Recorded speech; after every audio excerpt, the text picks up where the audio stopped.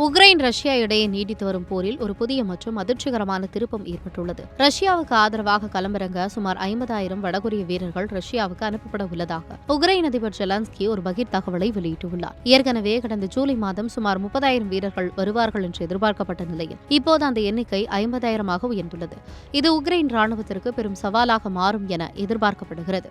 ரஷ்ய அதிபர் Vladimir Putin மற்றும் வடகொரிய அதிபர் கிம் ஜாங் உன் இடையே கடந்த ஆண்டு கையெழுத்தான மூலோபாய கூட்டு பாதுகாப்பு ஒப்பந்தத்தின் அடிப்படையில் இந்த நடவடிக்கை எடுக்கப்பட்டுள்ளதாக கூறப்படுகிறது. உக்ரைன் எல்லைக்குள் ஏற்கனவே சில வடகொரிய ஏவுகணைகள் கண்டறியப்பட்டுள்ளதாகும். இது நவீன போர்க்கலையில் வடகொரியா புதிய அனுபவங்களை பெற ரஷ்யா வழிவகுப்பதாகவும் ஜெலன்ஸ்கி குற்றம் சாட்டியுள்ளார். இந்த தகவலை அவர் தனது சமூக வலைதள பக்கத்தின் வாயிலாக உறுதிப்படுத்தியுள்ளார். தற்போதுள்ள உளவுத்துறை தகவல்களின்படி ரஷ்யாவின் குர்ஸ்க் பகுதியில் சுமார் 14,000 வடகொரிய வீரர்கள் ஏற்கனவே பணியில் அமர்த்தப்பட்டுள்ளனர். இது தவிர 120 பாலிஸ்டிக் ஏவுகணைகள் மற்றும் 6 ஏவுகணை ஏவுதளங்களை கொண்ட ஒரு தனி வடகொரிய ஏவுகணை பிரிவு மேற்கு ரஷ்யாவுக்கு அனுப்பப்பட உள்ளதாகவும் உக்ரைன் உளவுத்துறை எச்சரித்துள்ளது. தன்னிடம் போதிய வான் பாதுகாப்பு வசதிகள் இல்லாததை ரஷ்யா சாதகமாக பயன்படுத்திக் கொண்டு வடகொரியாவின் உதவியை நாடி வருவதாக உக்ரைன் கவலை தெரிவித்துள்ளது. வடகொரியாவின் இந்த தலையீட்டை சமாளிக்க தென்கொரியா தங்களுக்கு ராணுவ ரீதியாக உதவ வேண்டும் என்று ஜெலன்ஸ்கி உருக்கமான கோரிக்கை விடுத்துள்ளார். குறிப்பாக வான் பாதுகாப்பு அமைப்புகள் மற்றும் ட்ரோன் தொழில்நுட்பங்கள் தென்கொரியாவுடன் இணைந்து செயல்பட தாங்கள் தயாராக இருப்பதாகவும் அவர் கூறியுள்ளார்.